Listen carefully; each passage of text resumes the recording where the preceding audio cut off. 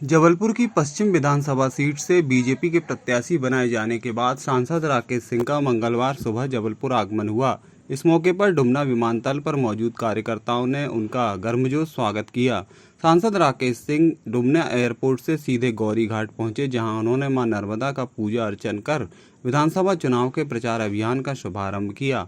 पत्रकारों से चर्चा करते हुए सांसद राकेश सिंह ने कहा कि सांसद को विधायक का चुनाव लड़ाने का सवाल नहीं है, बल्कि यह सिर्फ इसलिए किया गया है ताकि मध्य प्रदेश की एक एक सीट पर बीजेपी का प्रत्याशी ही जीते। भारतीय जनता पार्टी ने कोई किसी को चौंकाने के लिए निर्णय नहीं किया। अगर कांग्रेस इससे चौंकती है तो ये कांग्रेस का आंतरिक मामला है, क्योंकि कांग्रेस के पास ऐसे निर्णय करने का ना तो साहस है और ना ही नेतृत्व की इतनी क्षमता है, और ना ही वहाँ ऐसे कार्यकर्ता हैं जो इन चीज़ों को स्वीकार करेंगे, जो पार्टी के निर्णय हैं उनको स्वीकार करेंगे।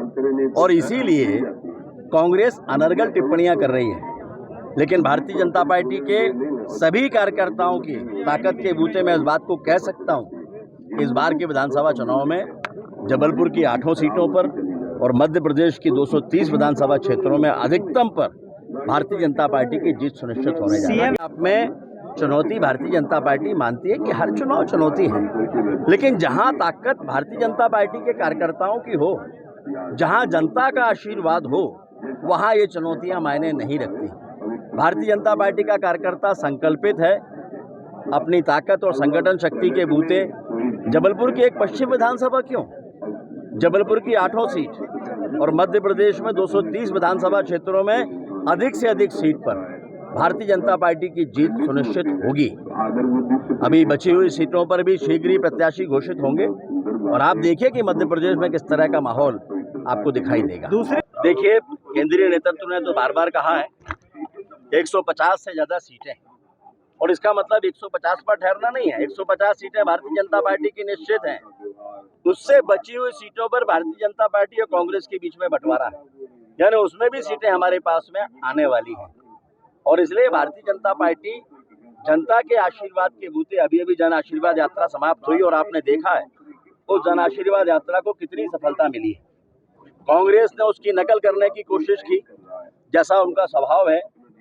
हम जब विपक्ष में होते हैं तो हम परिवर्तन की बात करते हैं, लेकिन कांग्रेस तुलना करती है तो रावण, मेघनाथ, कुंभकर्ण ऐसी उन्होंने तय किया जन आक्रोश यात्रा। तो जन आक्रोश यात्रा कांग्रेस के कार्यकर्ताओं के आक्रोश में ही बदल गई। हथियार निकल आए, मारपीट हो गई, धक्का मुक्की हो गई। ये दिखाता है कि कांग्रेस जो कह रही है उसको करने के लायक ना तो क्षमता उसके पास है, ना ही संगठन है, और ना ही जनता का आशीर्वाद देने का मन है। ये मेरी जिम्मेदारी है कि पार्टी ने जो भी निर्णय किया है उसको स्वीकार करें और उस दिशा में आगे बढ़ें जहां प्रदेश का हित और देश का हित है।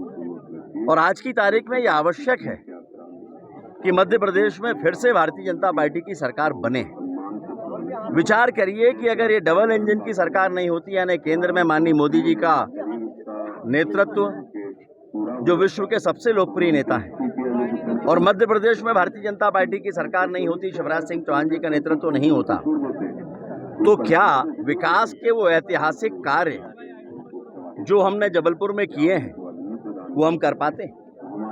जिस जबलपुर को कभी एक बड़ा गांव कहा जाता था, आज मध्य प्रदेश के सबसे विकसित शहरों में जो काम नहीं हुए वो जबलपुर में हो रहे हैं। और लगभग ये स्थिति हर शहर की है, हर क्षेत्र की है, हर विधानसभा और हर लोकसभा क्षेत्र की है। और इसलिए प्रदेश की जनता भी ये चाहती है कि ये डबल इंजन की सरकार बनी रहना चाहिए, यानी मध्य प्रदेश में भारतीय जनता पार्टी की सरकार फिर आना चाहिए। देश में माननीय मोदी जी को एक बार फिर से नेतृत्व देना, आशीर्वाद देने का संकल्प देश की जनता कर चुकी है।